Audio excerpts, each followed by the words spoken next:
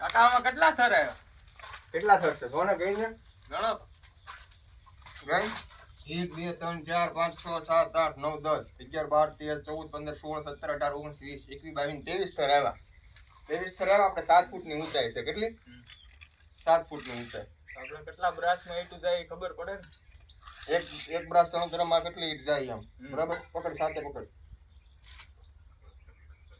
ચલો. देख ये 7 फुट है. 7 फुट है. ये 7 फुट है. ठीक है. चलो वहाँ रख दे. चलो 7 फुट है और ये है 11 फुट 40. ठीक है. 11 ફૂટ 40. हाँ આપણે એક બ્રાસ નું માપ કાઢવું છે. બરાબર? એટલે આપણે નીચે રાખ 10 ની રાખી. હા 10 આપણે એક બ્રાસ નું માપ કાઢવું હોય ને એટલે આપણે અહીંથી એક ગણ લેવાની.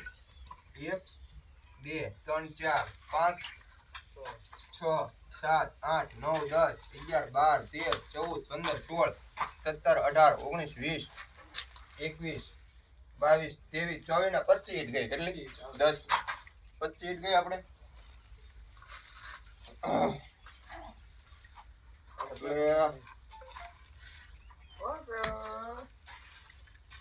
25 ઈટ ગઈ એટલે 25 આમ ગણી લેવાની આપણે. બરાબર? 25 ગુણ્યા કેટલી? 23 હતી ને? 1 2 3 4 5 6 7 8 9 10 11 12 13 14 15 16 17 18 19 20 21 22 25 ગુણ્યા 23. બરાબર? એટલે 575 ઈટ ગઈ. કેટલી? 7 ફૂટની ઊંચાઈમાં 575 ઈટ ગઈ. બરાબર? એટલે આપણે એક બ્રાસ મેળ કેટલી જોઈશે? હવે આપણે ફૂટનું સણતર કાઢવું. બરાબર? 1 ફૂટમાં કેટલા થર આવે છે?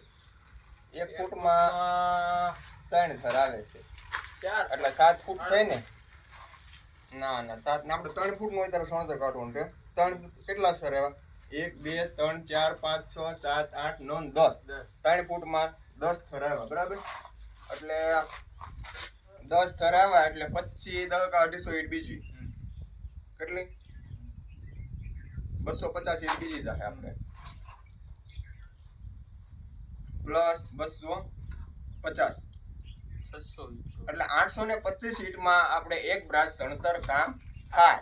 આ એનો આપણે હિસાબ મળ્યો આપણને. એક બ્રાસમાં કેટલી? એક બ્રાસ. આ એક બ્રાસની દિવાલ હોય અને કોઈ પૂછે કે એમાં કેટલી ઈટું જોવે તો કહેવાનું 825 ઈટ પાકી જોવે ને જોવે.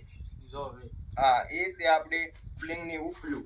બરાબર? અને નીચે જે પ્લિંગની નીચે આવે ને એ અલગ. હા હા. તો મિત્રો જો આપણે એક બ્રાસનું સણતરનું કામ હોય એટલે આપણે 825 ઈટ પાકી જોવે. હા એમાં થોડીક વધઘટ થાય પણ 825 ઈટનો તમારે હિસાબ મળે.